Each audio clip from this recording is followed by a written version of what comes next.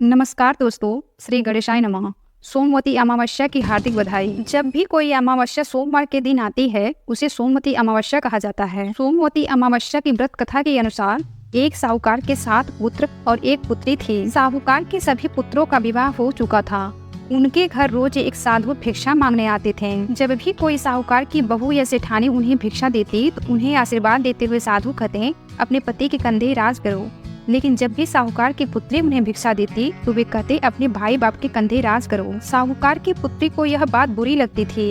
एक दिन उसने अपनी माँ से कहा, माँ, ये साधु जब भी भाभियाँ या आप भिक्षा देती हो तो कहते हैं अपने पति के कंधे राज करो, लेकिन जब मैं भिक्षा देती हूँ तो कहते हैं अपने भाई बाप के कंधे राज करो। तो उसकी माँ ने कहा, तो कल भिक्षा देने जाना, जब वो तुम्हें आशीर्वाद देंगे तो मैं उनसे इसके पीछे का कारण पूछूंगी। दूसरे दिन जब साधु भिक्षा लेने आए तो माँ वहाँ आ गए और कहने लगी, आप ऐसा आशीर्वाद क्यों दे रहे हो? तब साधु ने कहा, क्योंकि इसकी किस्मत में सुहाग नहीं है। तब सेठानी ने साधु से इसका निवारण पूछा। तब वह साधु बोले, शोभा धोबन इसकी शादी में आकर आशीर्वाद दे तो इसका पति बच सकता है। तब सेठानी पूछती है, शोभा धोबन कहाँ रहती है? तब साधु ने बताया, 7 नदी पार शोभा धोबन का गांव है। तब सेठानी ने अपने पुत्रों से कहा, शोभा धोबन के गांव बहन को लेकर जाना है। पुत्रों ने तो मना कर दिया, लेकिन 7वां पुत्र तैयार हो जाता है। दोनों भाई बहन शोभा धोबन के गांव निकल पड़ते हैं। नदी के किनारे पहुंचकर दोनों एक पेड़ के नीचे बैठ जाते हैं। उसी समय पेड़ के पास कहीं से सांप आ जाता है और पेड़ के ऊपर चढ़ने लगता है। उसी समय बहन की नजर सांप पर पड़ जाती है। वह अपने भाई से कहती है, भाई, पेड़ पर पक्षी का घोंसला है और उसमें नन्हे नन्हे बच्चे हैं। ये सांप उन बच्चों को खा जाएगा और जब पक्षी आकर देखेंगे तो उन्हें कितना दुख होगा।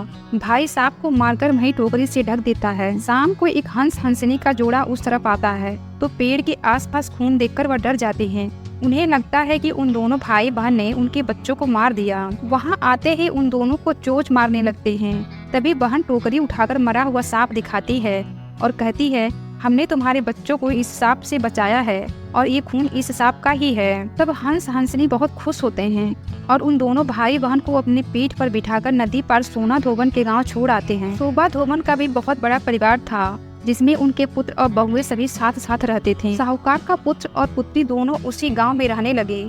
रोजाना रात को साहूकार की पुत्री शोभा धोबन के घर जाती और घर का सारा काम करके सुबह होने से पहले अपने घर लौट आती थी। एक दिन शोभा धोबन ने अपनी बहुओं से पूछा, आजकल घर का काम तुम बहुत जल्दी निपटा लेती हो? तो बहुएं बोली, सासू माँ, हमें घर का सारा काम किया हुआ मिल जाता है। तो शोभा धोबन ने पूछा, अच्छा, कौन करता है सारा काम?